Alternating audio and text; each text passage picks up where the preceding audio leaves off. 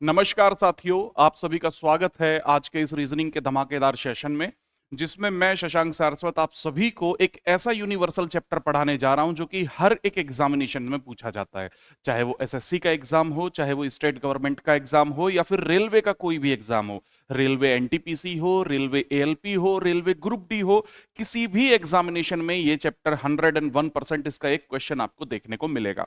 इस चैप्टर को मैं बिल्कुल जीरो से सिखाऊंगा, जिसमें आपको सारी ट्रिक सिखाऊंगा, कैसे इस चैप्टर के क्वेश्चन को मात्र 10 सेकंड के अंदर आपको एग्जामिनेशन में सॉल्व करना है, वो ट्रिक भी मैं सिखाने वाला हूं। चैप्टर का नाम है कोडिंग और डिकोडिंग। ये एक ऐसा यूनिवर्सल चैप्टर है साथियों जो हर एक परीक्षा में पूछा जाता है। आप सभी कॉपी और पेन लेकर के बैठ जाएं। जीरो से इस चैप्टर को हम लोग पढ़ना शुरू करेंगे और बहुत बेहतरीन ढंग से इस चैप्टर के सारे टाइप्स, सारे सिलेबस को समझते हुए इस कंप्लीट चैप्टर को कवर करेंगे और अपने एग्जामिनेशन में एक क्वेश्चन, एक मार्क्स को सिक्योर करेंगे। आज की इस क्लास में आप सभी कॉपी पेन लेकर के बैठते चलिएगा। मैं बिल्कुल जीरो से, जैसा कि मैं ऑफलाइन क्लासेस में पढ़ाता हूं, उसी तरह से आपको इस चैप्टर के ट्रिक्स एंड टैक्टिक्स सिखाने वाला हूं, शॉर्टकट मेथड सिखाने वाला हूं। सारी चीजों पर आज हम इस चैप्टर के बारे में बात करेंगे। तो आप सभी हेडिंग डाल लीजिए फटाफट से, कोडिंग और डिकोडिंग। साथियों, सबसे पहले हम इस चैप्टर का मतलब समझते हैं कि इस चैप्टर का अर्थ क्या होता है, मीनिंग क्या है कोडिंग का और डिकोडिंग का। आप में से कोई इस स्मार्ट बच्चा जो जानता है तो कमेंट बॉक्स में जरूर मेरे को लिखकर बताएं कि what is coding and what is decoding. फिर मैं आपको सिखाता हूं कि कोडिंग किसे कहते हैं और डिकोडिंग किसे कहते हैं। हर एक चीज को बहुत बारीकी से समझते चलेंगे। तो सिंपल एक लाइन की डेफिनेशन है कि किसी भी मीनिंगफुल डेटा को, साथियों, किसी भी मीनिंगफुल डेटा को, किसी भी मीनिंगफुल डेटा को कुछ स्पेसिफिक कोड, ध्यान से समझते चलिएगा, किसी भी मीनिंगफुल डेटा को कुछ स्पेसिफिक कोड या पैटर्न लगाकर, किसी भी मीनिंगफुल डेटा में कुछ स्पेसिफिक कोड या पैटर्न लगाकर उसे मीनिंगलेस डेटा में कन्वर्ट कर देना, उसे मीनिंगलेस डेटा में कन्वर्ट कर देना। ये जो प्रोसेस है, किसी भी मीनिंगफुल डेटा में कुछ स्पेसिफिक कोड या पैटर्न लगाकर उसे मीनिंगलेस डेटा में कन्वर्ट कर देना, ये जो प्रोसेस है, ये प्रोसेस कोडिंग कहलाता है। सिंपल सी एक लाइन की डेफिनेशन है कि व्हाट इज कोडिंग। तो किसी भी मीनिंगफुल डेटा को कुछ स्पेसिफिक कोड या पैटर्न लगाकर मीनिंगलेस डेटा में कन्वर्ट कर देना, ये जो प्रोसेस है कोडिंग कहलाता है। और डिकोडिंग किसे कहते हैं? सेम मीनिंगलेस डेटा में सेम कोड, यानी जिससे हमने लॉक किया है, जिस की से हमने किसी ताले को लॉक किया है, तो उसी की से हम उस ताले को अनलॉक करेंगे। तो सेम कोड और सेम पैटर्न यूज करके, सेम कोड या सेम पैटर्न यूज करके किसी मीनिंगलेस डेटा को वापस मीनिंगफुल डेटा में कन्वर्ट कर देने वाला प्रोसेस डिकोडिंग कहलाता है। तो एक सिंपल सी डेफिनेशन, कोडिंग किसे कहते हैं और डिकोडिंग किसे कहते हैं, आप सभी के सामने। आप मेरे साथ साथ इसे नोट करते चलेंगे अपने कॉपी और पेन पर। तो आपको कोडिंग और डिकोडिंग का एक मीनिंग समझ में आ गया होगा कि what is coding and what is decoding. किसी मीनिंगफुल डेटा में कुछ स्पेसिफिक कोड या पैटर्न लगाकर उसे मीनिंगलेस डेटा में कन्वर्ट कर देना कोडिंग कहलाता है, और उसी मीनिंगलेस डेटा में सेम कोड और सेम पैटर्न का यूज कर कर दोबारा से मीनिंगफुल डेटा में कन्वर्ट कर देना, ये डिकोडिंग कहलाता है। आई होप आपको ये समझ में आ गया होगा। आगे चलते हैं। किसी भी चैप्टर को पढ़ने से पहले हमें उस चैप्टर का सिलेबस मालूम होना चाहिए कि इस चैप्टर के अंदर हम क्या क्या चीजें पढ़ने वाले हैं, यानी इस चैप्टर के अंदर कितने तरह के क्वेश्चन पूछे जाते हैं, किस तरह से क्वेश्चन पूछे जाते हैं, उसे हम एक सिलेबस में सेलेक्ट करते हैं, उसे हम एक सिलेबस के अंदर देखेंगे। तो कोडिंग और डिकोडिंग का सिलेबस आप सभी के सामने है। इस चैप्टर की अगर मैं बात करूं तो टोटल 6 टाइप के क्वेश्चन इस चैप्टर से बनते हैं। आप सभी ये सिलेबस को नोट करेंगे, वन बाय वन हम सारे टाइप्स को कवर करते चलेंगे और ये भी सीखते चलेंगे कि अगर पर्टिकुलर किसी टाइप से क्वेश्चन एग्जाम में आ रहा है तो उस टाइप के क्वेश्चन को कैसे और किस ट्रिक के थ्रू हम बहुत कम समय में, और जब मैं कम समय की बात कर रहा हूं तो मात्र 10 सेकंड में, हम कैसे किसी भी कोडिंग और डिकोडिंग के क्वेश्चन को सोल्व कर सकते हैं। 10 सेकंड के अंदर वाली ट्रिक मैं आप लोगों को सिखाने वाला हूं। तो टाइप 1 के अंदर हम लोग वर्ड बेस्ड कोडिंग डिकोडिंग को पढ़ेंगे। टाइप 2 के अंदर हम वर्ड न्यूमेरिक कोडिंग डिकोडिंग को पढ़ेंगे। टाइप 3 के अंदर हम स्टेटमेंट बेस्ड कोडिंग और डिकोडिंग को पढ़ेंगे। स्टेटमेंट बेस्ड कोडिंग और डिकोडिंग के अंदर हम दो पार्ट्स को पढ़ने वाले हैं। एक simple statement based coding decoding, जिसमें एक सिंपल स्टेटमेंट होगा, उसके आगे सिंपल उसका कोड लिखा होगा। दूसरा स्टेटमेंट बेस्ड कोडिंग डिकोडिंग के अंदर इसका दूसरा पार्ट हम पढ़ेंगे कोडेड स्टेटमेंट, जो कि मोस्ट इंपॉर्टेंट है और फ्रीक्वेंटली एग्जाम्स में पूछा भी जा रहा है। Coded statement based coding decoding. Number 4 पर टाइप 4 में हम कंडीशनल बेस्ड कोडिंग डिकोडिंग पढ़ेंगे।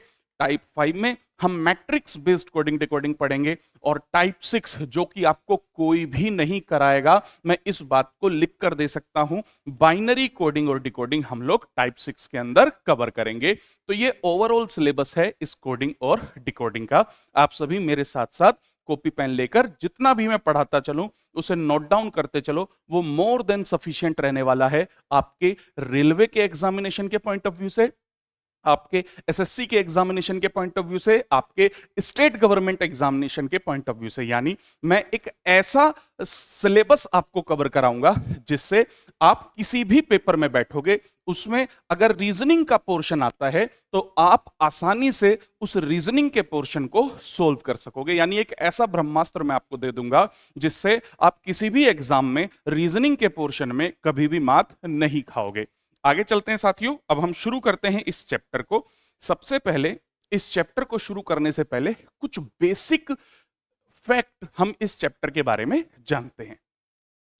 हमारी इंग्लिश भाषा में, इंग्लिश लैंग्वेज में टोटल 26 लेटर होते हैं। टोटल 26 लेटर होते हैं हमारी इंग्लिश भाषा में, ठीक है। इन टोटल 26 लेटर की प्लेस वैल्यू ध्यान से समझना। इन टोटल 26 लेटर की प्लेस वैल्यू किसे कहते हैं? प्लेस वैल्यू हम कहते हैं पोजीशन वैल्यू को। टोटल प्लेस वैल्यू यानी पोजीशन वैल्यू। पोजीशन वैल्यू का क्या मतलब है? पोजीशन वैल्यू का यहां पर मतलब है, जैसे हम ए से अपनी अल्फाबेट को काउंट करना शुरू करते हैं, तो ए सबसे पहली पोजीशन पर आया तो ए की प्लेस वैल्यू हो गई 1। बी सेकंड पोजीशन पर आया तो बी की प्लेस वैल्यू हो गई सेकंड। इसी तरह सी थर्ड पोजीशन पर आया तो सी की प्लेस वैल्यू हो गई थर्ड। और अप टू जेड 26 पोजीशन पर आया तो जेड की प्लेस वैल्यू हो गई 26। इन्हें कहा जाता है प्लेस वैल्यू। तो टोटल 26 लेटर में पहला कॉन्सेप्ट हम प्लेस वैल्यू का सीखेंगे। इसी प्लेस वैल्यू को पोजीशन वैल्यू भी कहा जाता है। और दूसरा कॉन्सेप्ट हम रिवर्स या अपोजिट वैल्यू का सीखने वाले हैं। रिवर्स या अपोजिट वैल्यू का सीखने वाले हैं। ये रिवर्स या अपोजिट वैल्यू क्या होती है?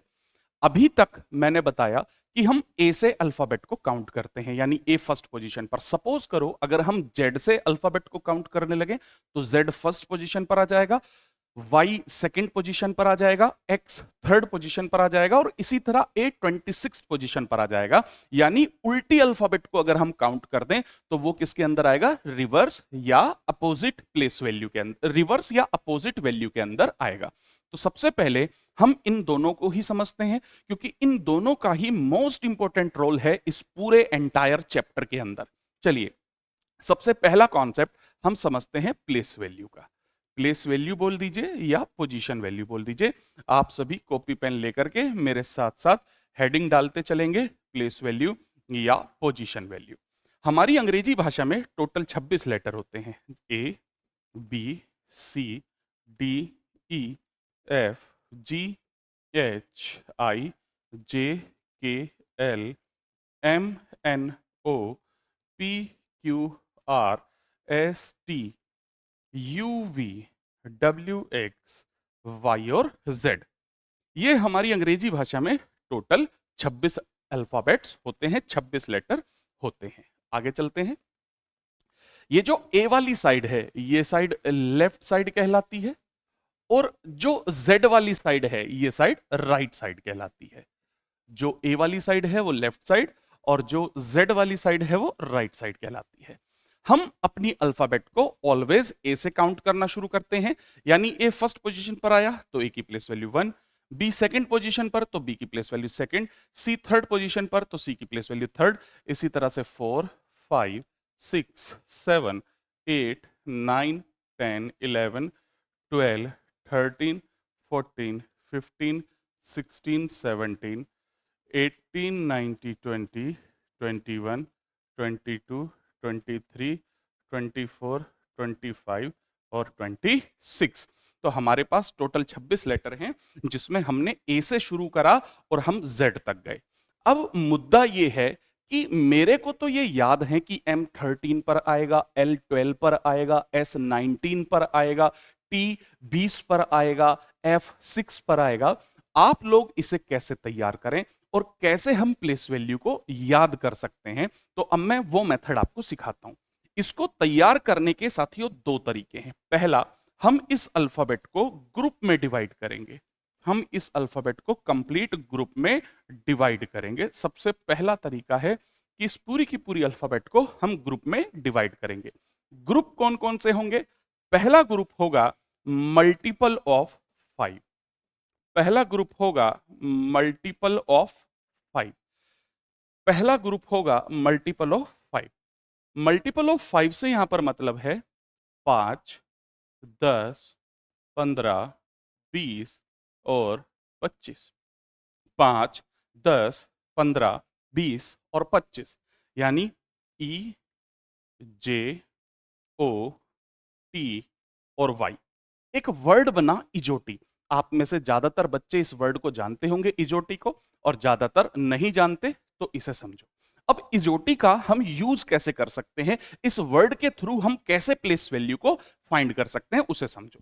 जब आपने ये वर्ड बनाया तो इस वर्ड के अंदर आपको 4 ब्लॉक मिल रहे हैं, 1, 2, 3, 4।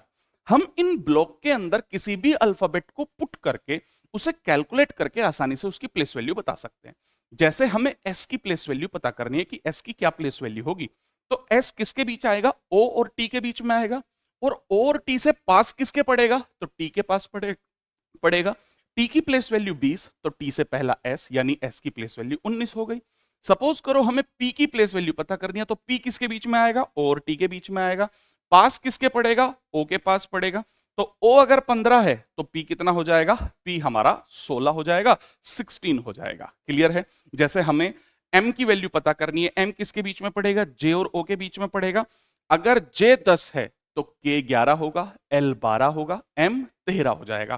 कहने का मतलब हम इन अल्फाबेट्स को इन ब्लॉक के अंदर पुट करके आसानी से उसकी प्लेस वैल्यू की जानकारी ले सकते हैं। आगे चलते हैं, इसके सेकंड ग्रुप के बारे में समझते हैं। दूसरा ग्रुप इसका मल्टीपल ऑफ 3। मल्टीपल ऑफ 3 का मतलब क्या है? मल्टीपल ऑफ 3 से यहां पर मतलब है 3, 6, 9, 12, 15, 18, 21 और 24। ये हमारे मल्टीपल ऑफ 3 बने। मल्टीपल ऑफ 3 में क्या आएगा? जैसे C, F, I, L, O, R, U, X. स्फिलोरेक्स। स्पिलोरेक्स जैसे किसी कफ सिरप का नाम हो। इस मल्टीपल ऑफ 3 में नंबर ऑफ ब्लॉक और ज्यादा इंक्रीज हो गए, 1, 2, 3, 4, 5, 6 और 7। यहां पर हमारे लिए काम और भी ज्यादा आसान हो गया किसी भी अल्फाबेट की प्लेस वैल्यू को फाइंड करने के लिए। जैसे सपोज करो अगर मुझे एच की वैल्यू पता करनी है, तो एच किसके बीच में आएगा? एफ और आई के बीच में आएगा। आई 9 है, आई से पहला एच, यानी एच की प्लेस वैल्यू 8 हो जाएगी। सपोज करो मुझे एम की प्लेस वैल्यू पता करनी है, एम एल और ओ के बीच में आएगा। एल 12 है तो एम 13 हो जाएगा। सपोज करो मुझे टी की प्लेस वैल्यू पता करनी है, तो टी आर और यू के बीच में आएगा। यू से पहले आएगा, अगर यू 21 है तो टी 20 हो जाएगा। यानी इस स्पिलोरेक्स की मदद से आपके लिए काम और भी ज्यादा आसान हो गया। तो पहला मेथड हमने सीखा इन अल्फाबेट्स को याद करने का कि हम इन अल्फाबेट्स को ग्रुप में डिवाइड करते हैं। पहला ग्रुप मल्टीपल ऑफ 5 का और दूसरा ग्रुप मल्टीपल ऑफ 3 का। मल्टीपल ऑफ 5 के अंदर 5, 10, 15, 20 और 25, यानी एक वर्ड बना इजोटी। और मल्टीपल ऑफ 3 के अंदर 3, 6, 9, 12, 15, 18, 21 और 24, यानी एक वर्ड बना स्फिलोरेक्स। तो ये पहला तरीका है कि आप इन अल्फाबेट्स की प्लेस वैल्यू को याद कर सकते हो ग्रुप में डिवाइड करके। अब हम इसी का दूसरा तरीका सीखते हैं। दूसरा तरीका क्या है? कुछ ट्रिक्स हैं जिनके थ्रू कुछ ट्रिक्स हैं जिनके थ्रू आप इन अल्फाबेट की प्लेस वैल्यू को डायरेक्ट मेरे साथ याद कर सकते हो। और वो ट्रिक्स आप मेरे साथ बोलते हुए भी चलना और उन्हें नोट डाउन करते हुए भी चलना।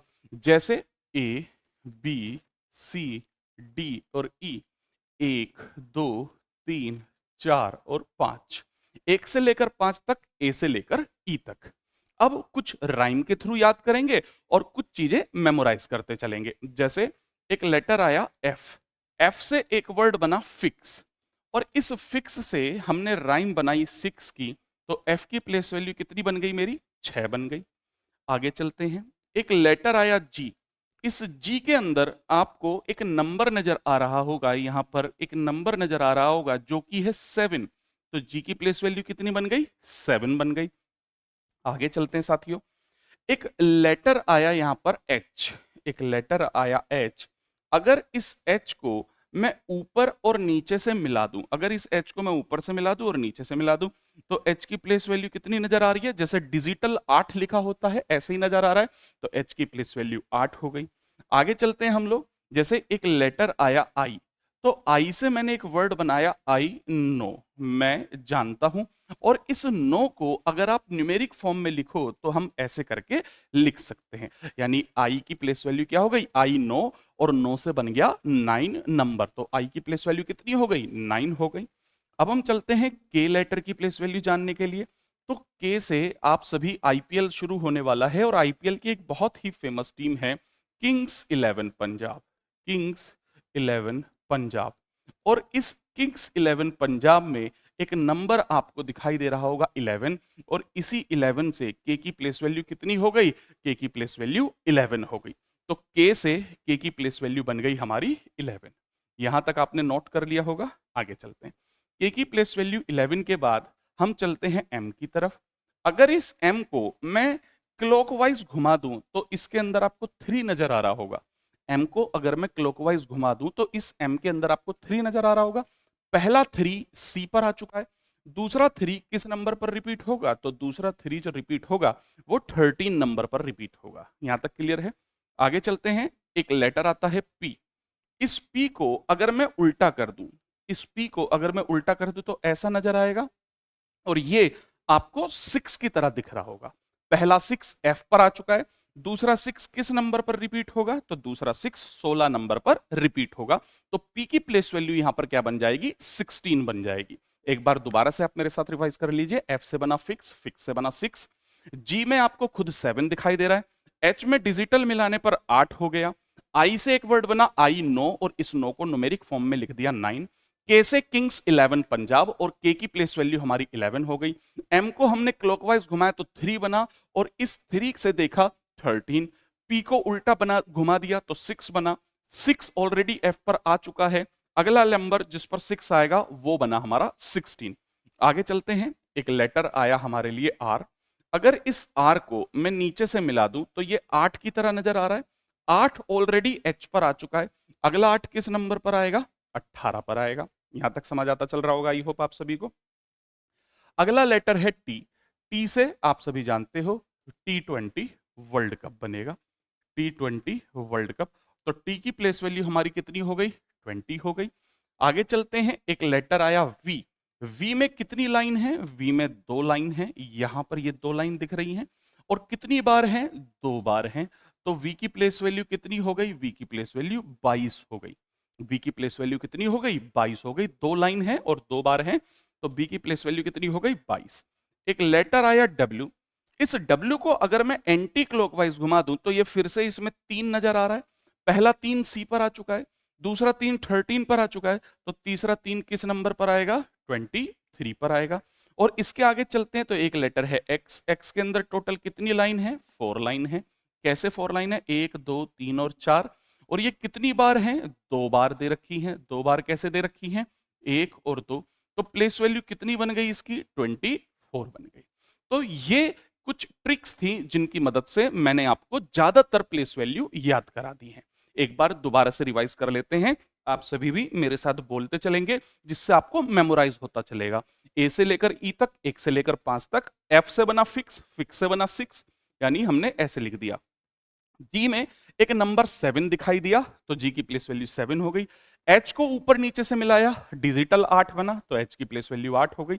आई से आई नो, और इस नो को हमने इस तरीके से लिख दिया, तो आई की प्लेस वैल्यू 9 हो गई। के से आईपीएल की एक टीम बनी किंग्स 11 पंजाब, तो 11 नंबर वहां पर आ रहा है, तो k की प्लेस वैल्यू 11 हो गई। m में एक क्लॉकवाइज घुमाने पर एक नंबर 3 आया, पहला 3 ऑलरेडी c पर आ चुका है, दूसरा 3 किस नंबर पर आएगा, तो दूसरा 3 13 पर आएगा, तो m की प्लेस वैल्यू 13 हो गई। इसके आगे चले, p को उल्टा कर दिया तो 6 बना, 6 से 16 बना लिया, r को नीचे से मिलाया तो 8 नजर आने लगा, 18 प्लेस वैल्यू हो गई। इसी के साथ आगे चले तो टी से T20 वर्ल्ड कप बन गया।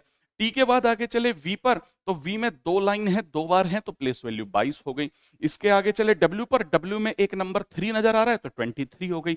एक्स में 4 लाइन है, 2 बार है, तो 24 हो गई।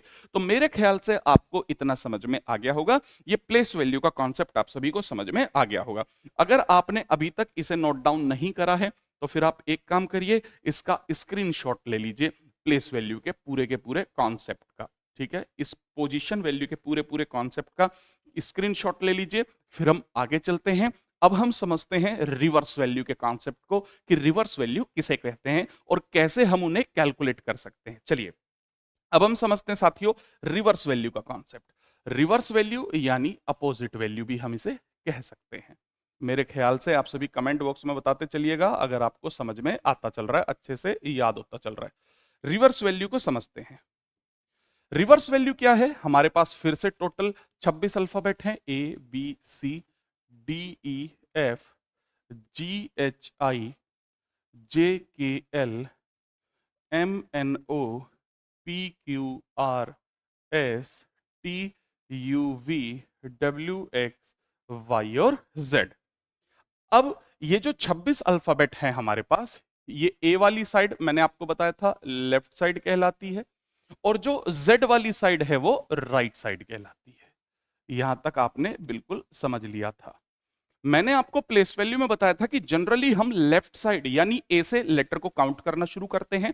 अब हम ए की जगह अगर जेड से काउंट करना शुरू करें तो इस हिसाब से जेड फर्स्ट पोजीशन पर आ गया।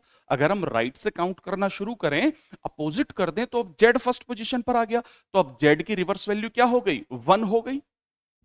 इसी तरह y2 हुआ, ये 3 हुआ, ये 4, ये 5, 6, 7, 8, 9, 10, 11, 12, 13, यहाँ 14, ये 15, 16, 17, 18, 19, 20, 21, 22, 23, 24, 25 और 26।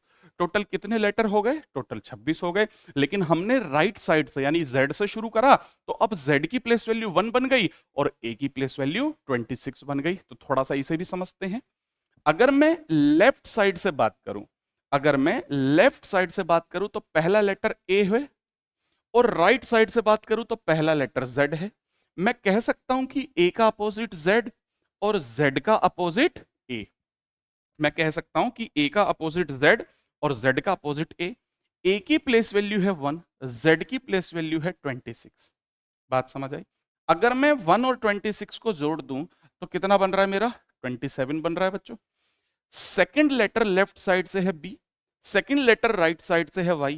हम ये कह सकते हैं कि b का अपोजिट y है, y का अपोजिट b है। b की प्लेस वैल्यू है 2, y की प्लेस वैल्यू है 25। अगर मैं इन दोनों को जोड़ दूं तो फिर से कितना निकल करके आ रहा है मेरा, 27 निकल करके आ रहा है।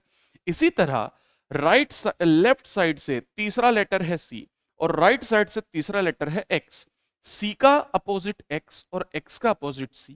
c की प्लेस वैल्यू 3, x की प्लेस वैल्यू 24। अगर मैं इन दोनों को जोड़ दूं तो फिर से क्या बन गया, 27।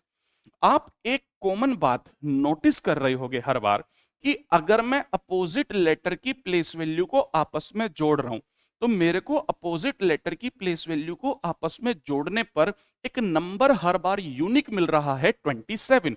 तो एक डेफिनेशन यहां पर बनती है।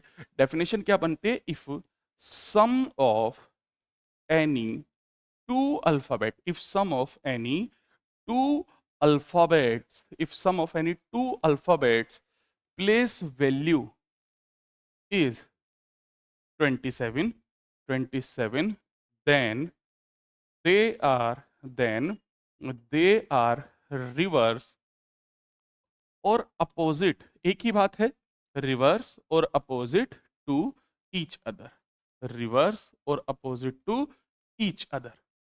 इसका हिंदी में मतलब ये है कि यदि, मैं हिंदी में भी लिख देता हूं जिससे आपको समझ में आ जाए, यदि किन्हीं दो यदि किन्हीं दो अल्फाबेट यदि किन्हीं दो अल्फाबेट की प्लेस वैल्यू यदि किन्हीं दो अल्फाबेट की प्लेस वैल्यू को जोड़ने पर को जोड़ने पर 27 आ जाए को जोड़ने पर 27 आ जाए 27 आ जाए तो वो एक दूसरे के तो वो एक दूसरे के रिवर्स एक दूसरे के रिवर्स या अपोजिट होंगे। तो जो हिंदी माध्यम वाले बच्चे हैं उनको भी मैं साथ के साथ ही पढ़ाता चलूंगा। यानी अगर किन्हीं भी दो लेटर की प्लेस वैल्यू को जोड़ने पर 27 आ जाए तो वो एक दूसरे के अपोजिट या रिवर्स होंगे। ये बात तो रही रिवर्स की। एक बार आप नोट डाउन करिए जल्दी से, फिर हम आगे की कहानी को समझते हैं फटाफट। जल्दी से आप इतना नोट डाउन कर लीजिए, फिर हम आगे की कहानी को समझते हैं। मैं सेल बदल लेता हूं बस, जो माइक मैं यूज करता हूं उसके सेल डाउन होने वाले हैं, तो बस 1 मिनट का मेरे को आप समय दीजिए।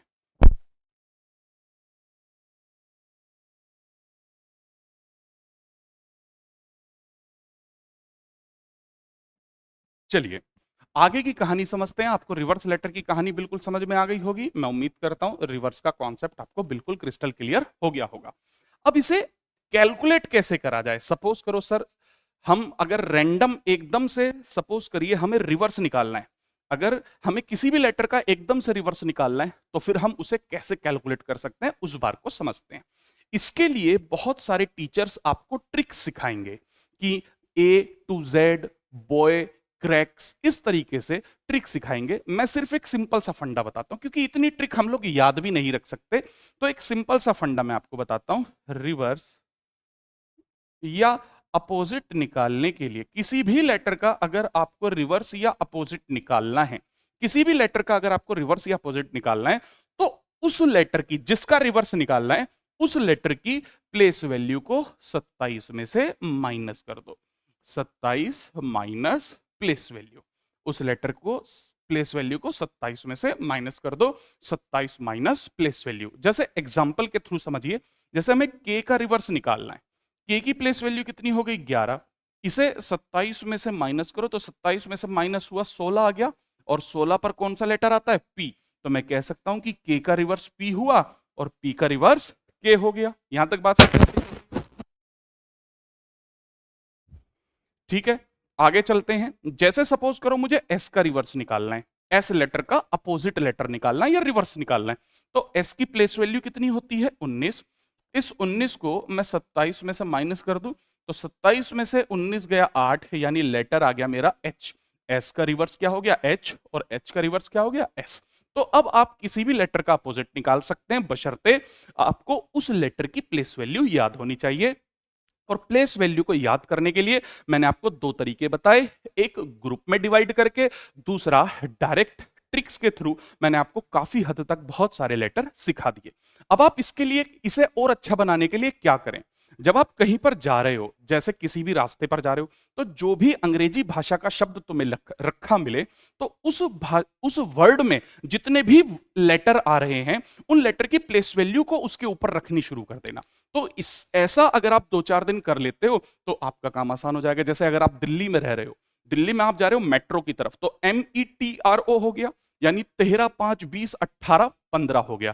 तो ऐसे करके आपको 2-4 दिन में ही ये चीजें रिवाइज हो जाएंगी। अगर आप अंग्रेजी पढ़ रहे हो तो अंग्रेजी पढ़ते हुए जो भी वर्ड आपके सामने आ रहा है, आपको उस वर्ड के लेटर की प्लेस वैल्यू को पुट कर लेना है, तो भी आपका बहुत अच्छे से रिवीजन हो जाएगा। और अगर ऐसा नहीं भी करते तो जो ट्रिक मैंने आपको सिखाई है रिवर्स और प्लेस वैल्यू की, उन्हें याद कर लो तो भी आपका काम आसानी से हो जाएगा। तो आपने रिवर्स वैल्यू सीखा, प्लेस वैल्यू सीखा। अब एक मोस्ट इंपॉर्टेंट चीज मैं आप लोगों को सिखाने वाला हूं, एक मोस्ट इंपॉर्टेंट, जिसमें एग्जामिनर सबसे ज्यादा बच्चों को फंसाता है, वो है वोवेल्स प्लेस वैल्यू। आप सभी नोट करें, वोवेल्स प्लेस वैल्यू। अब ये क्या चीज होती है vowels place value? Vowels place value क्या चीज होती है, इसे समझते हैं। हमारी अंग्रेजी भाषा में 5 वोवेल होते हैं, A, E, I, O और U। ये 5 वोवेल हमारी अंग्रेजी भाषा में है। कौन कौन से? A, E, I और यू।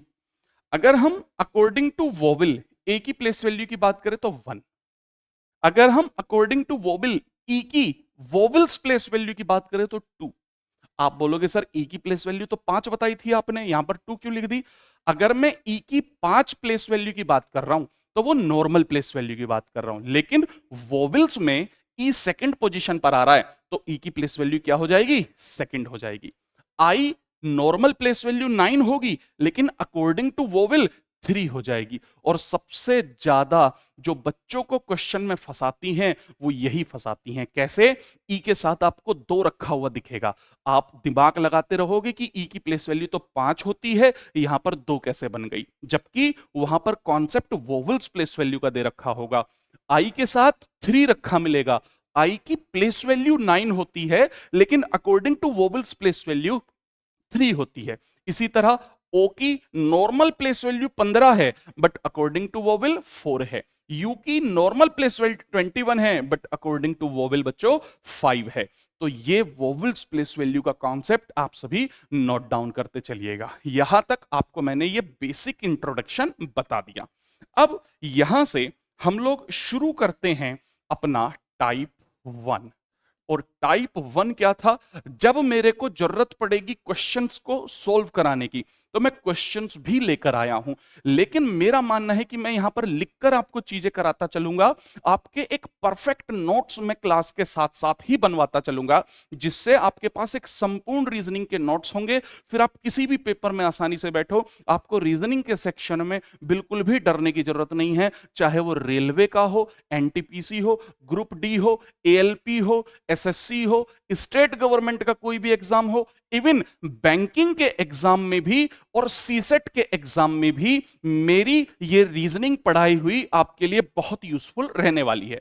तो आप समझते हैं टाइप 1। और टाइप 1 क्या था हमारा? वर्ड बेस्ड कोडिंग और डिकोडिंग। वर्ड बेस्ड कोडिंग और डिकोडिंग। वर्ड बेस्ड कोडिंग और डिकोडिंग हेडिंग डालेंगे आप सभी, टाइप 1 वर्ड बेस्ड कोडिंग और डिकोडिंग। अब ये वर्ड बेस्ड कोडिंग और डिकोडिंग क्या है, जल्दी से हेडिंग डालें।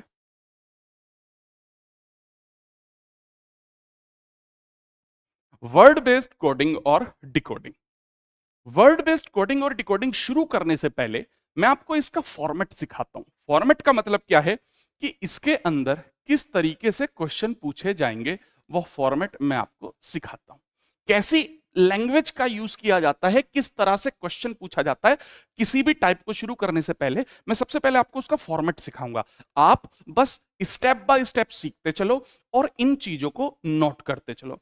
फॉर्मेट है इफ, ऐसे क्वेश्चन पूछा जाएगा बच्चों। इफ, अभी हिंदी में भी लिखूंगा, if in a certain code language, if in a certain code language Madras is coded as, Madras is coded as NBE SBT, then Madras is coded as NBE SBT, then how will, then how will Bombay, then how will Bombay be coded, then how will Bombay be coded in that language, then how will Bombay be coded in that language।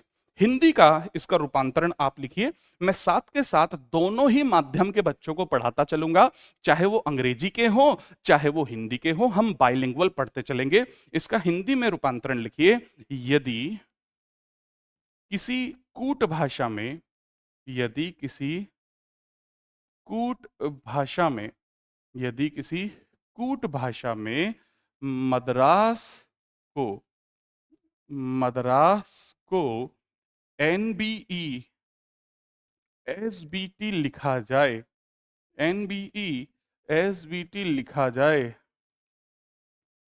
तो बताइए, तो बताइए उसी कूट भाषा में, तो बताइए उसी कूट भाषा में, तो बताइए उसी कूट भाषा में बॉम्बे को क्या लिखा जाएगा, बॉम्बे को क्या लिखा जाएगा। ये आपसे हिंदी में इस तरीके से पूछेगा। ये भाषा है, मैं बार बार इसको नहीं लिखूंगा, मैंने एक बार आपको फॉर्मेट सिखा दिया। अंग्रेजी में ऐसे क्वेश्चन पूछा जाता है, हिंदी में ऐसे क्वेश्चन पूछा जाता है। अब बहुत ध्यान से मेरी बात को समझना, और अमिताभ बच्चन बिल्कुल मत बनना, जितना मैं बताता चलूं उतना। ये बहुत बेसिक सा क्वेश्चन है, मैं उम्मीद भी कर रहा हूं कि आपने इसे देखते ही आंसर भी निकाल लिया होगा, लेकिन इस क्वेश्चन के माध्यम से मैं आपको यह बताऊंगा कि इस वर्ड बेस्ड कोडिंग डिकोडिंग के अंदर हम क्या क्या चीजें पढ़ने वाले हैं, कितने तरह के पैटर्न पढ़ने वाले हैं, और क्या क्या बहुत बेहतरीन चीजें हम समझने वाले हैं। सबसे पहले मैंने आपको बताया कोडिंग और डिकोडिंग का मतलब क्या होता है। स्टार्टिंग में बताया, मैंने बताया कि किसी भी मीनिंगफुल डेटा में कुछ स्पेसिफिक कोड या पैटर्न लगाकर उसे मीनिंगलेस डेटा में कन्वर्ट कर देना कोडिंग कहलाता है। तो ध्यान से समझो, ये जो मद्रास लिखा हुआ है, ये हमारा एक मीनिंगफुल डेटा है, और इस मीनिंगफुल डेटा में मैंने कुछ कोड लगाया, कुछ पैटर्न लगाया। इस मीनिंगफुल डेटा में मैंने कुछ पैटर्न लगाया और इसे मीनिंगलेस डेटा में कन्वर्ट कर दिया। यहां तक क्लियर? मेरे को बस इतना करना है कि जो वर्ड मुझे ये दिया गया है, मुझे इस वर्ड में भी सेम यही कोड लगाकर इसका भी आंसर निकाल लेना है। अब क्वेश्चन को हम सोल्व कैसे करेंगे, नोट करते चल रहे होगे आप सभी। क्वेश्चन को सोल्व करने की मैं दो स्ट्रेटजी आपको सिखाऊंगा। पहली स्ट्रेटजी, जब आप किसी चीज को सीखते हो तो आपको स्टेप बाय स्टेप वो सीखनी चाहिए। क्लियर है? यानी मैं आपको पूरा प्रोसेस एक एक चीज लिखकर बताऊंगा, जो आपको नोट्स बनाने में बहुत ज्यादा उपयोगी होगी। प्लस जब हम सेम क्वेश्चन को किसी परीक्षा में, किसी एग्जामिनेशन में सोल्व करते हैं, तब हमें तब हमें कैसे उस क्वेश्चन को कितना सोल्व करना है, वो मेथड भी मैं आपको सिखाता चलूंगा। यानी याद रखना, जब हम पेपर में बैठते हैं तो रीजनिंग के क्वेश्चंस, ऐसे क्वेश्चंस को हम अप्रोक्सीमेशन मेथड से सोल्व करते हैं, पूरा सोल्व करने की जरूरत नहीं होती। ऑप्शन कैंसिलेशन अप्रोच में आपको साथ के साथ सिखाता चलूंगा, लेकिन उससे पहले आपको इसका वन बाय वन सीक्वेंस जानना होगा। तो सबसे पहले वर्ड जो आपको मद्रास दिया है, वो मद्रास हमने यहां पर लिख लिया। मद्रास लिख लिया। मद्रास के जस्ट नीचे, लेटर के नीचे लेटर, हम उसका कोड लिखेंगे NBESB और T। ये हमने लेटर के नीचे जस्ट उसका कोड लिख लिया। यहां तक क्लियर? हर एक लेटर की प्लेस वैल्यू पुट कर दो। आप बोलोगे सर हमें तो आती है। मैं बोल रहा हूं कि जब मैं आपको चीजें सिखाऊंगा तो जीरो से सिखाऊंगा। हर एक लेटर की प्लेस वैल्यू को पुट कर दो। 13 1 4, 18 1 19, यहां पर 14 2 5 और 19 2 और 20। हमने ऐसा क्यों करा? हर एक लेटर की प्लेस वैल्यू को पुट क्यों करा?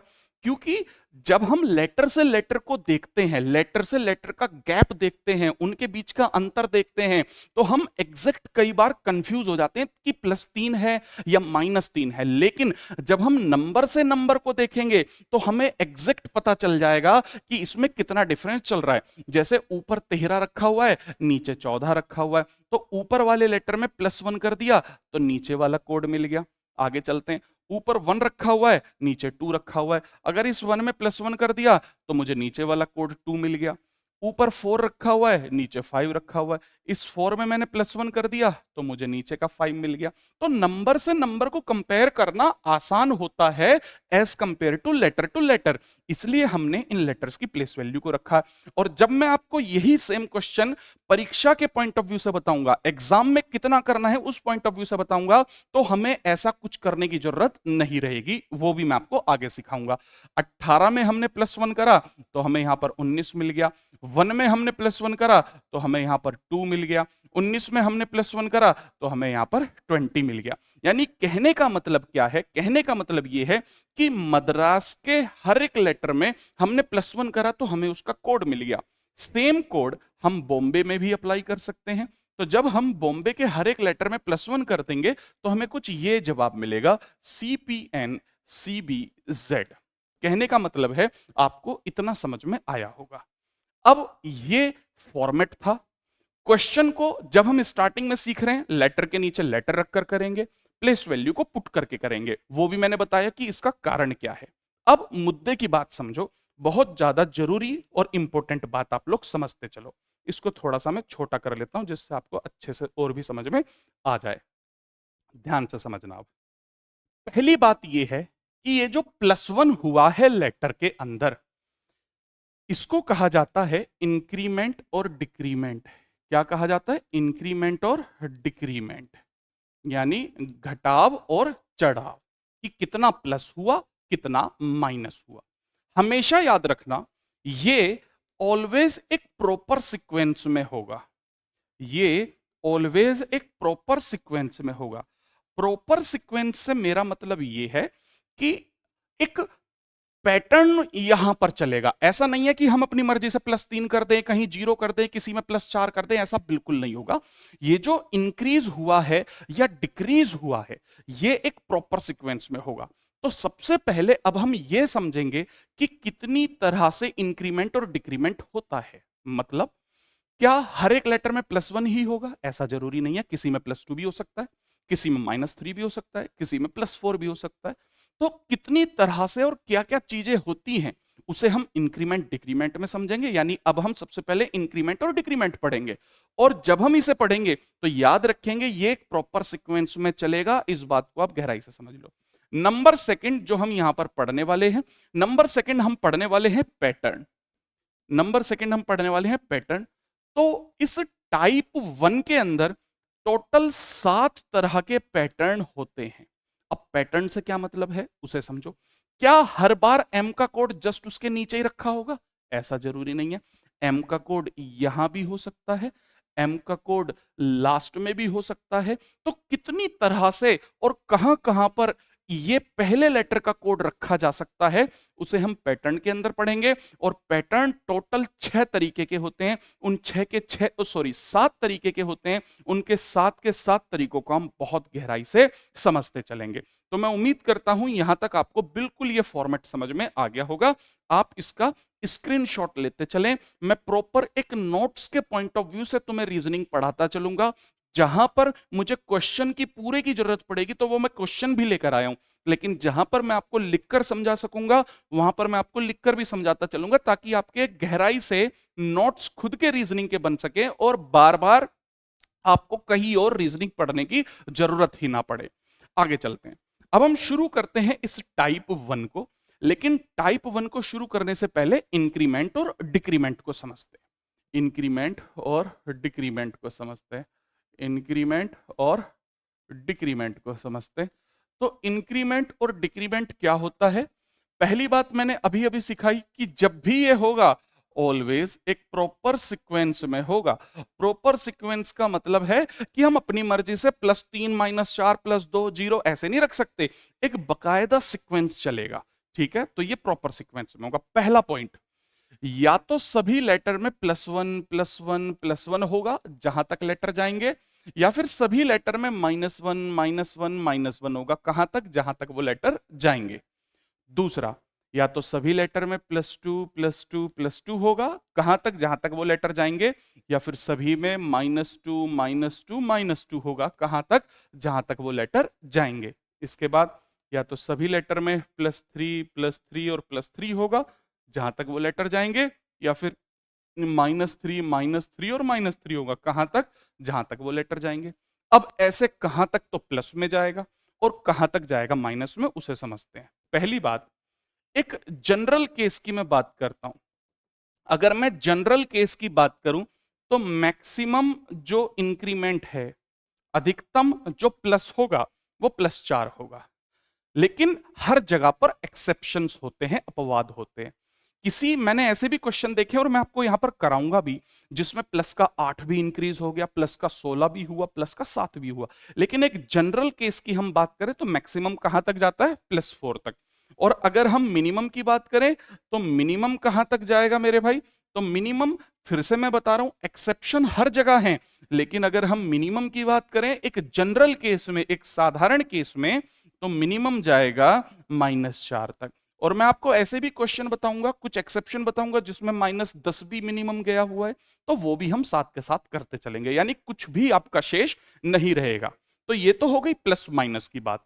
इसके अलावा कभी कभी क्या होता है, जैसे पहले लेटर में +1 करा, दूसरे लेटर में +2 करा, तीसरे लेटर में +4 करा, चौथे में +5 करा, और कहां तक ऐसा करते चले गए? जहां तक वो लेटर जा रहे हैं।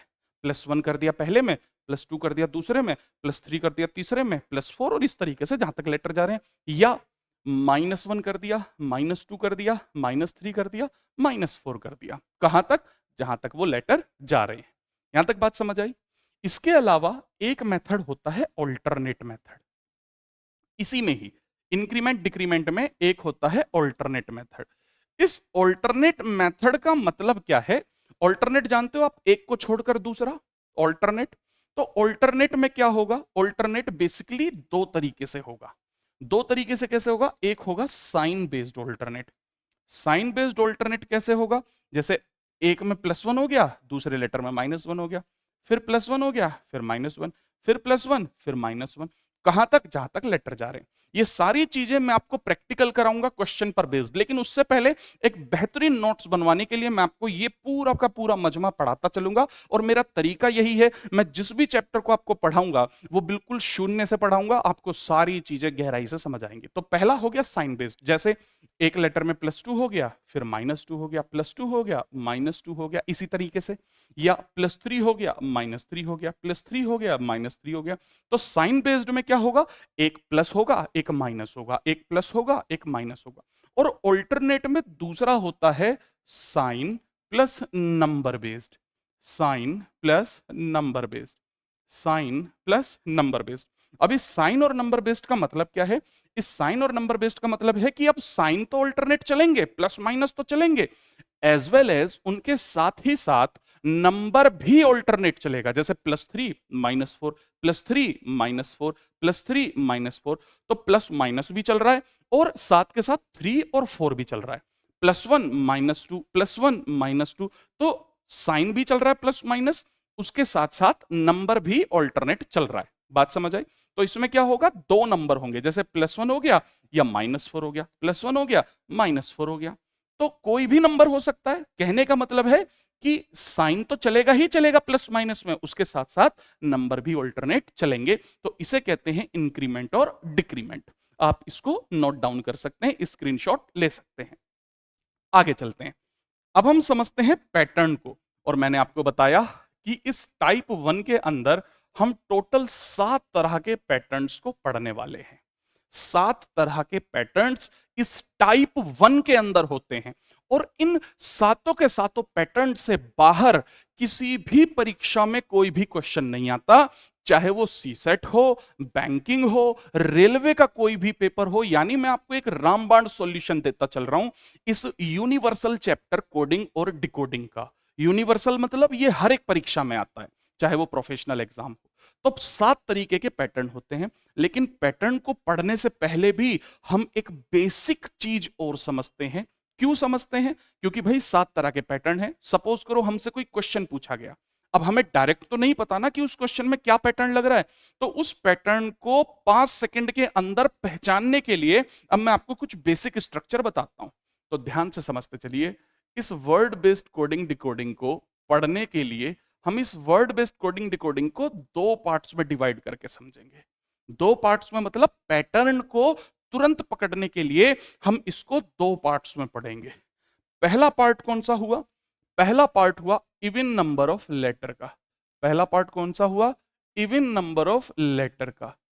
इवन नंबर ऑफ लेटर का यानी सम हिंदी में लिखें तो सम संख्या में अक्षर। सम संख्या में अक्षर। हिंदी वाले भी दिक्कत ना माने, मैं साथ के साथ ही पढ़ाता चलूंगा। सम संख्या में अक्षर। दूसरा हुआ ओड नंबर ऑफ लेटर। दूसरा हुआ ओड नंबर ऑफ लेटर। ये मैं इसलिए बता रहा हूं कि इन सातों में से कोई सा भी पैटर्न आ जाएगा, आप मात्र 5 सेकंड में उस पैटर्न को पहचान लोगे और अब आपके लिए कुछ भी दिक्कत वाला काम नहीं रहेगा। यानी विषम संख्या में अक्षर। इसे अगर हिंदी में बात करें तो बोलेंगे विषम संख्या में अक्षर। ये हो गई हमारी Hindi odd number of letter. अब इस बात का मतलब क्या है, जरा मतलब को समझते हैं। इवन नंबर ऑफ लेटर का मतलब ऐसे वर्ड जिसके अंदर 4 लेटर हो, 6 लेटर हो, 8 लेटर हो या 10 लेटर हो। आप बोलो सर 2 लेटर का भी तो इवन ही है। क्या 2 लेटर का कभी कोई क्वेश्चन परीक्षा में पूछा जाएगा? नहीं पूछा जाएगा। मिनिमम 4 का पूछा जाएगा, मैक्सिमम 8 का। तो अब जब हम क्वेश्चन को सोल्व करेंगे ना, तो हम उसके लेटर काउंट करेंगे। अगर उस क्वेश्चन में लेटर, जो क्वेश्चन हमें दिया है उसके अंदर जो वर्ड है, अगर उसमें 4, 6, 8 और 10 लेटर हैं, तो वो इवन नंबर ऑफ लेटर की कैटेगरी में पहुंच जाएगा। कैसे? जैसे मैंने एक वर्ड लिखा बच्चों मद्रास, MADRAS, मद्रास एक वर्ड लिखा, टोटल नंबर ऑफ लेटर कितने हैं? 6। किस कैटेगरी में पहुंच गया? इवन में। जैसे मैंने एक वर्ड लिखा बॉम्बे, कितने टोटल नंबर ऑफ लेटर हैं? 6। तो किस कैटेगरी में पहुंच गया? इवन में। जैसे मैंने एक वर्ड लिखा फंक्शन, मैंने एक वर्ड लिखा फंक्शन, कितने नंबर ऑफ लेटर हैं इस फंक्शन के अंदर? 8। तो किस कैटेगरी में पहुंच गया? इवन में। यानी अब हम कोडिंग डिकोडिंग के टाइप 1 के क्वेश्चन को सॉल्व करने से पहले उसमें जो वर्ड दिया गया है उसके लेटर को काउंट कर लेंगे। क्यों? ताकि हमें यह पता चल जाए कि उसमें पैटर्न एग्जैक्टली कौन सा लग रहा है। दूसरा, विषम संख्या में अक्षर, मतलब ऐसे वर्ड जिसमें 5, क्योंकि 3 लेटर का तो कोई वर्ड परीक्षा में नहीं पूछेगा, तो ऐसे वर्ड जिसमें 5, मिनिमम 5, 7, 9 या 11 लेटर आ रहे हो, वो किस कैटेगरी में चले जाएंगे? ओड नंबर ऑफ लेटर में। ये बहुत इंपॉर्टेंट है भाई, इसको ध्यान से समझना, और मैं सारी चीज तुम्हारे दिमाग में उतारता चलूंगा।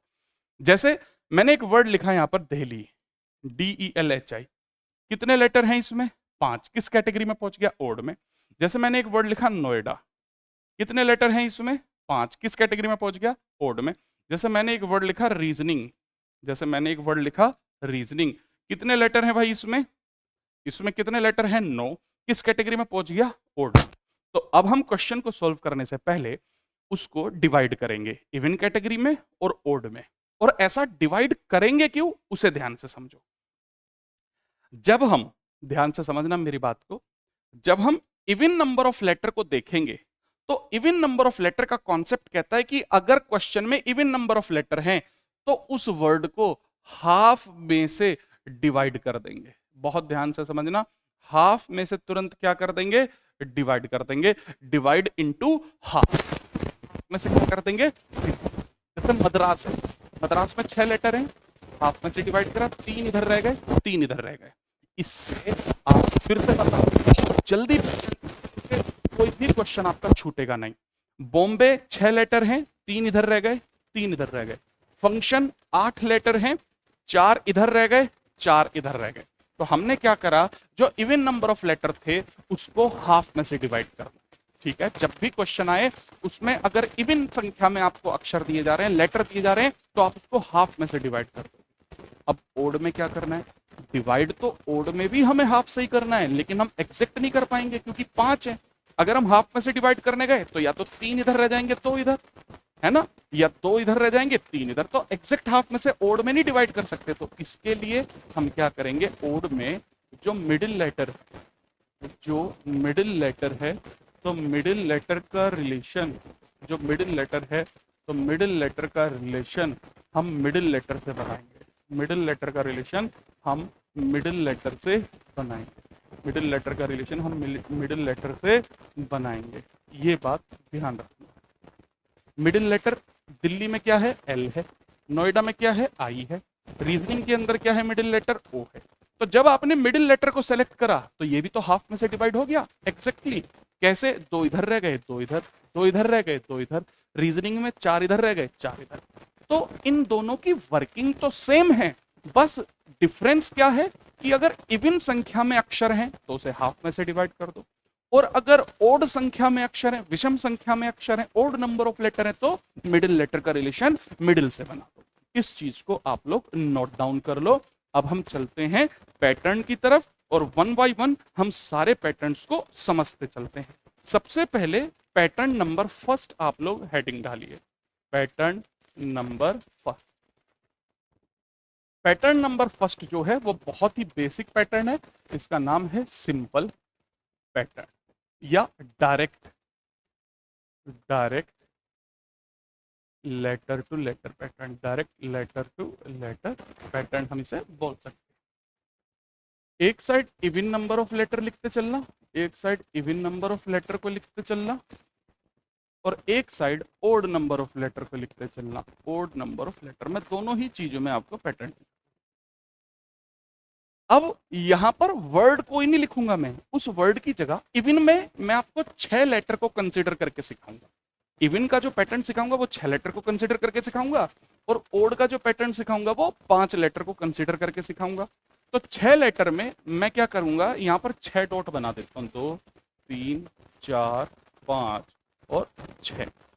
ये एक वर्ड लिखा है, आप इसे समझो कि ये एक वर्ड लिखा है जिसके अंदर 6 लेटर आ रहे हैं। और ये क्या लिखा हुआ है, एक वर्ड लिखा हुआ है जिसके अंदर कितने लेटर हैं, 6 लेटर। और इसी वर्ड के जस्ट नीचे मैं इसका कोड लिख दूं जिससे पैटर्न समझ में आए। 1 2 3 4, या थोड़ा सा और नीचे इसे लिखते हैं, यहाँ पर लिखते हैं, इसी के नीचे मैं इसका कोड लिख देता हूँ। 1 2 3 4 5 और 6।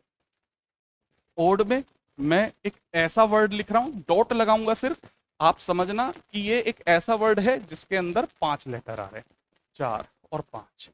और इसका कोड यहां पर लिख देता हूं, तो 1 2 3 4 और 5। पहला पैटर्न बहुत बेसिक सा पैटर्न है, आपको आसानी से समझ में भी आ जाएगा।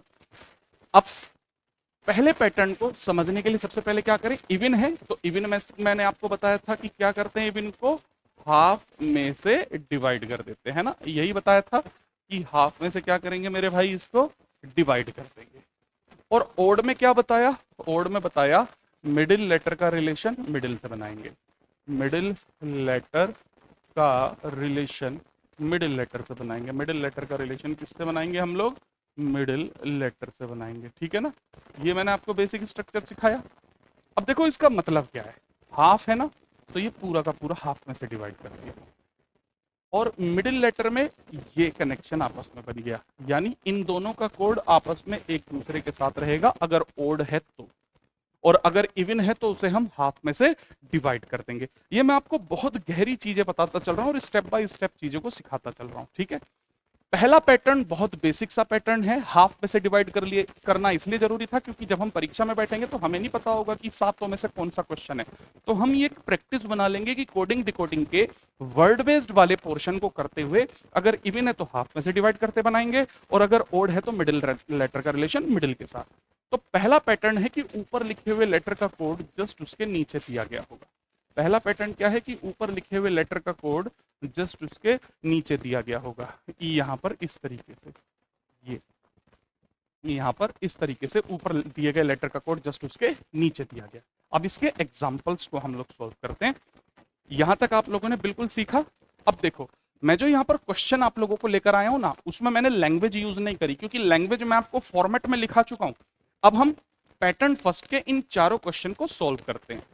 लीडर के आगे ये वर्ड लिखा है तो हमने लीडर लिखा, LEADER, और लीडर का कोड जस्ट उसके नीचे लिख लिया, MFB, फिर लिखा EF और S। और हमें पूछ किसका रहा है, वो हमें से पूछ रहा है हेल्थ के लिए क्या कोड होगा। तो ध्यान से समझना मेरे भाई, सबसे पहले प्लेस वैल्यू को पुट कर ले, जिससे हम स्टार्टिंग में जब चीजों को सीख रहे हैं तो हमें आसानी से समझ में आ जाए। 18 13 6 2 5 6 और 19। हमने क्या करा, हाफ में से डिवाइड करा, क्योंकि 6 लेटर हैं तो हाफ में से डिवाइड कर दिया। अब पैटर्न समझना, सबसे पहले जब भी हम क्वेश्चन सॉल्व करेंगे फर्स्ट पैटर्न को देखेंगे। ऊपर 12 है, नीचे 13 है, 12 + 1 13, 5 + 1 6, 1 + 1 2, 4 + 1 5, 5 + 1 6, 18 + 1 19। यानी ऊपर वाले लेटर के हर एक लेटर में +1 कर दिया तो नीचे वाला कोड मिल गया। इसी तरह हम हेल्थ का कोड फाइंड करेंगे, 8 और 1 9, 5 और 1 6, 1 और 1 2, 12 और 1 13, 20 और 1 21, 8 और 1 9। ये हमारा कोड आ गया पहला। मेरे ख्याल से आपको समझ में आया होगा। अब क्वेश्चन नंबर सेकंड को सॉल्व करते हैं। जैसे एक वर्ड लिखा है आर्ग्यू, ARGUE, आर्ग्यू। आर्ग्यू का कोड क्या दे रखा है, YPES और C। सेकंड काम हम क्या करें, प्लेस वैल्यू को पुट करें, 1 18 7 21 और 5, 25 16 5 19 और 3। अब बहुत ध्यान से समझना आप सभी भाई, दिमाग बिल्कुल इधर रखना। मिडिल लेटर का रिलेशन किससे बना दिया, मिडिल से बना दिया। भले ही इसमें फर्स्ट पैटर्न लग रहा हो, लेकिन अगर इवन है तो हाफ में से डिवाइड करोगे, और अगर ओड है तो मिडिल का रिलेशन मिडिल से बनाते चलोगे, उसका बेनिफिट आपको परीक्षा में मिलेगा। अब ऊपर 1 लिखा है, नीचे 25 लिखा है, तो क्या प्लस का 25 कर दिया, नहीं। कभी भी अगर ए में आप कुछ माइनस करते हो ना, ए में अगर आप कुछ माइनस करते हो तो वो सीरीज जेड की तरफ से शुरू हो जाती है, इसे समझो।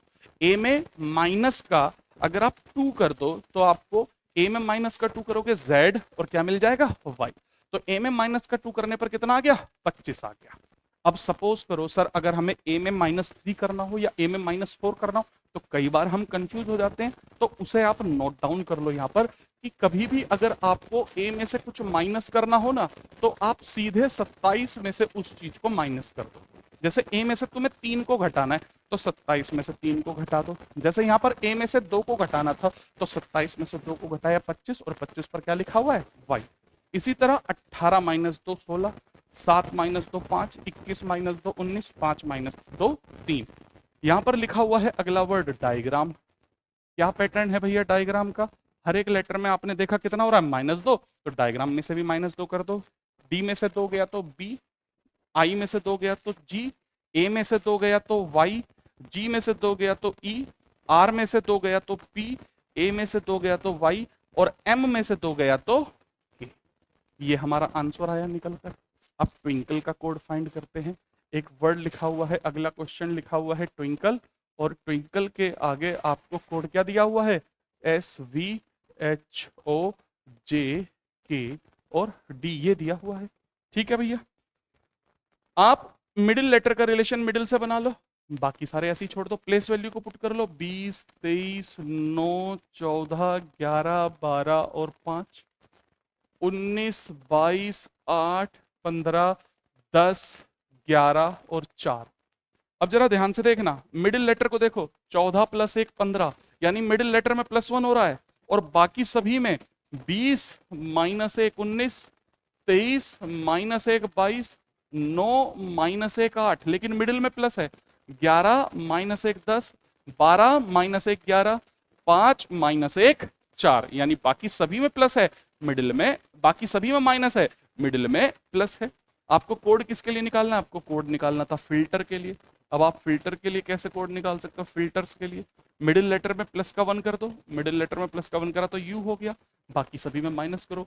एफ में से 1 जाएगा तो ई, आई में से 1 जाएगा तो कितना बचेगा एच, एल में से 1 जाएगा तो के, ई में से 1 जाएगा तो डी, आर में से 1 जाएगा क्यू और एस में से 1 जाएगा तो आर। ये आपका आंसर। ये जो चौथा क्वेश्चन है ये है आपके लिए होमवर्क। आपको इसको मेरे को कमेंट बॉक्स के अंदर बता के चलना है। तो मेरे ख्याल से आपको पैटर्न फर्स्ट क्लियर हो गया होगा काफी हद तक। अब चलते हैं हम पैटर्न सेकंड की तरफ। पैटर्न सेकंड को हम लोग समझते हैं। पैटर्न सेकंड क्या है? सेमी क्रॉस आप इसे बोल सकते हो, सेमी क्रॉस मेथड आप इसे बोल सकते हो, सेमी क्रॉस मेथड आप इसे बोल सकते हो। एक साइड हम इवन नंबर ऑफ लेटर को लेकर चलेंगे, एक साइड हम किसको लेकर चलेंगे? इवन नंबर ऑफ लेटर को, और एक साइड हम ओड नंबर ऑफ लेटर को कंसीडर करके चलेंगे। एक side even number of letter और एक side odd number of letter.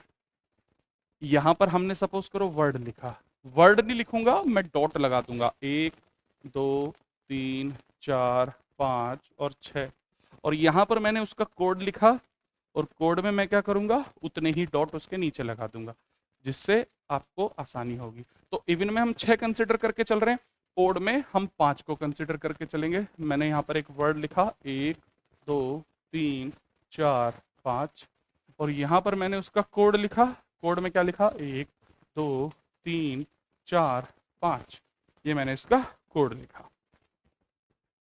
Odd को मिडिल का रिलेशन मिडिल से बना दिया, और इवन में मैंने हाफ में से डिवाइड कर दिया। ये 2 काम कर दिए। अब सेमी क्रॉस का मतलब समझो। इसका मतलब क्या है कि ये जो फर्स्ट लेटर है ना, इसका कोड यहां लिखा होगा, फर्स्ट लेटर का कोड यहाँ, सेकंड का कोड यहाँ, और थर्ड लेटर का कोड यहाँ। यानी पूरा का पूरा जब मैंने हाफ में डिवाइड करा, तो ये वाला हिस्सा, मैं इस हिस्से को फर्स्ट हाफ भी कह सकता हूँ, और मैं इस हिस्से को सेकंड हाफ भी कह सकता हूँ। तो इनके कोड कैसे होंगे? क्रॉस पैटर्न में आ जाएंगे। इसी तरह इसका कोड इधर आ जाएगा, इसका कोड इधर आ जाएगा, और इसका कोड इधर आ जाएगा। ओड नंबर में हम क्या करेंगे? इस लेटर का कोड इधर, इस लेटर का कोड इधर, इस लेटर का कोड इधर, इस लेटर का कोड इधर। भाई मैं आपको एक एक चीज, ऐसे नहीं है कि ये सारे के सारे पैटर्न में एक ही साथ आपको सिखा दूं और फिर क्वेश्चन कराऊं। मैं आपको 1 बाय 1 पैटर्न सिखाऊंगा और 1 बाय 1 उनके ऊपर क्वेश्चन सॉल्व कराता चलूंगा। ठीक है, आगे चलते हैं। अब इससे संबंधित हम लोग क्वेश्चंस को सोल्व करते हैं। पैटर्न सेकंड ये रखा आपके सामने, 4 क्वेश्चन है। लैंग्वेज में आपको लिखा चुका था, लैंग्वेज नहीं दूंगा, केवल वर्ड के आगे मैं आपको क्वेश्चन लिखूंगा। तो मैंने एक वर्ड लिखा है यहाँ पर कॉम्पेटिबल, COMPATIBLE, और उसका कोड मैंने जस्ट उसके नीचे लिख दिया BQ, फिर लिखा N, फिर लिखा यहाँ पर PDDKAHS। सबसे पहले लेटर काउंट करेंगे, लेटर कितने निकल करके आ रहे हैं, 3, 6 और 4, 10, इवन है, हाफ में से डिवाइड कर दिया। प्लेस वैल्यू को पुट कर लेंगे, 3, 15, 13। आप बोलोगे सर ये काम तो थोड़ा सा हमें थोड़ा डिले कर रहा है चीजों को, नहीं डिले नहीं करेगा, ये आपकी पकड़ बना देगा। और जब पकड़ बनाएगा तो मैंने आपसे बोला है कि मैं आपको वो भी मेथड सिखाऊंगा जिसके थ्रू आप क्वेश्चन को, इतना पूरा क्वेश्चन भी करने की जरूरत नहीं है, अप्रोक्सीमेशन के थ्रू आप केवल और केवल 9 से 10 सेकंड के अंदर इस क्वेश्चन को सोल्व कर लोगे। यानी पूरा कोड नहीं निकालना होता कभी भी, हम ऑप्शन कैंसिलेशन अप्रोच के साथ इसे सोल्व करेंगे। हम केवल उतने ही लेटर का कोड देखेंगे जितने की हमें नीड होगी। तो हमने ये काम करा, वर्ड के नीचे लेटर लिखा, प्लेस वैल्यू लिखी, हाफ में से डिवाइड करा। हमारी पहली अप्रोच ऑलवेज फर्स्ट पैटर्न की होनी चाहिए, क्योंकि अगर ये क्वेश्चन परीक्षा में आया तो हमें तो नहीं बता कर आएगा कि कौन से पैटर्न से दिया गया है, तो ऑलवेज हमारी पहली अप्रोच फर्स्ट पैटर्न की होनी चाहिए। फर्स्ट पैटर्न से मतलब हम ऊपर वाले लेटर का कोड जस्ट उसके नीचे लिखेंगे, लेकिन जो सीक्वेंस है, जो इंक्रीमेंट और डिक्रीमेंट है, वो एक प्रॉपर सीक्वेंस में आना चाहिए। अगर वो प्रॉपर सीक्वेंस में नहीं आ रहा तो इसका मतलब फर्स्ट पैटर्न नहीं लग रहा। फिर हम किसे देखेंगे, सेकंड को। सेकंड में भी हम उसी इंक्रीमेंट और डिक्रीमेंट को देखेंगे, अगर वो एक प्रॉपर सीक्वेंस में आ रहा है तो सेकंड पैटर्न है, अगर सेकंड में भी प्रॉपर में नहीं आ रहा तो फिर थर्ड को चेक करेंगे। तो ऑलवेज 1 बाय 1 हम सारे पैटर्न को देखते हैं। पहले फर्स्ट को देखते हैं, 3 और 2 -1, 15 और 17 +2, 13, 14 +1, 16, 16, 0, 1 और 4 +3। यानी फर्स्ट पैटर्न देखा तो उसमें इंक्रीमेंट डिक्रीमेंट एक प्रॉपर ऑर्डर में नहीं आ रहा। अब हम क्या करें, सेकंड को देखते हैं, 3 + 1 4, 15 + 1 16, 13 + 1 14, 16 + 1 17, 1 + 1 2। यानी फर्स्ट हाफ के सभी लेटर में कितना बन गया, +1। सेकंड हाफ को देखो, 20 - 1 19, 9 - 1 8, 2 - 1 1, 12 - 1 11, 5 - 1 4। सेकंड हाफ में कितना बन गया, -1। तो अब हमें कोड किसके लिए निकालना है, स्टेबलाइज्ड के लिए। कोड किसके लिए निकालना है मेरे भाई, स्टेबलाइज्ड के लिए निकालना है कोड। और स्टेबलाइज्ड के लिए क्या करेंगे, हाफ में से डिवाइड करेंगे। एक एस में एक जोड़ा टी, टी में एक जोड़ा यू, ए में एक जोड़ा बी, बी में एक जोड़ा सी, आई में एक जोड़ा, तो कितना हो गया, जे। सेकंड हाफ देखो, 12, 12 में से एक कम करा तो कितना, 11, 9 में से एक कम करा तो कितना आ जाएगा, 8, 19 में से एक कम करा तो कितना आएगा, 18, 4 में से 5 में से एक कम करा 4, और 4 में से एक कम करा तो 3। ये हमारा आंसर निकल करके आ गया। मेरे ख्याल से ये सेकंड पैटर्न भी आपको समझ में आया होगा। तो आपका काम सिर्फ इतना है कि अगर सेकंड पैटर्न समझ आया ना, तो इस सेकंड क्वेश्चन, थर्ड क्वेश्चन और इस फोर्थ क्वेश्चन का आंसर आप मेरे को कमेंट बॉक्स में बताओ। और मेरे को ये भी बताओ कमेंट बॉक्स में कि जितना अभी तक मैंने आपको कोडिंग डिकोडिंग पढ़ाया है, क्या वो आपको समझ में आया या नहीं। आपको मैं ये वादा करता हूं कि आपको जो मैं रीजनिंग पढ़ाऊंगा वो ऐसा फाउंडेशन कोर्स कराऊंगा कि आप चाहे तो रेलवे में बैठना, चाहे तो बैंकिंग में बैठना, चाहे तो सीसेट में बैठना, चाहे तो किसी भी वनडे एग्जामिनेशन में बैठना, आप रीजनिंग में 101 स्कोर कर आओगे, 100% स्कोर कर आओगे। अगर आप रेगुलर क्लास लोगे, जो डीपीपी डेली प्रैक्टिस पेपर्स, यानी मैं हर एक चैप्टर में आपको तकरीबन 500 क्वेश्चन का एक प्रैक्टिस सेट दूंगा जो परीक्षा के पॉइंट ऑफ व्यू से ही मैं बनाता हूं। तो अगर आप उसे सोल्व करोगे तो आप रीजनिंग में मात नहीं खाओगे। और ये एक स्कोरिंग सब्जेक्ट है जो आपको स्कोर को बूस्ट करने में हेल्प करता है। साथियों, मैं रीजनिंग के साथ साथ इसी तरीके से हिंदी भी पढ़ाता हूं, और मैं जीएस में हिस्ट्री, पॉलिटी, ज्योग्राफी और स्टैटिक जीके का पोर्शन भी पढ़ाता हूं। तो मैं उम्मीद करता हूं आज की क्लास आपके पॉइंट ऑफ व्यू से आपको काफी पसंद आई होगी। अब हम नेक्स्ट क्लास में मिलेंगे, तब तक के लिए इजाजत दीजिए। Thank you very much. जय हिंद, जय भारत।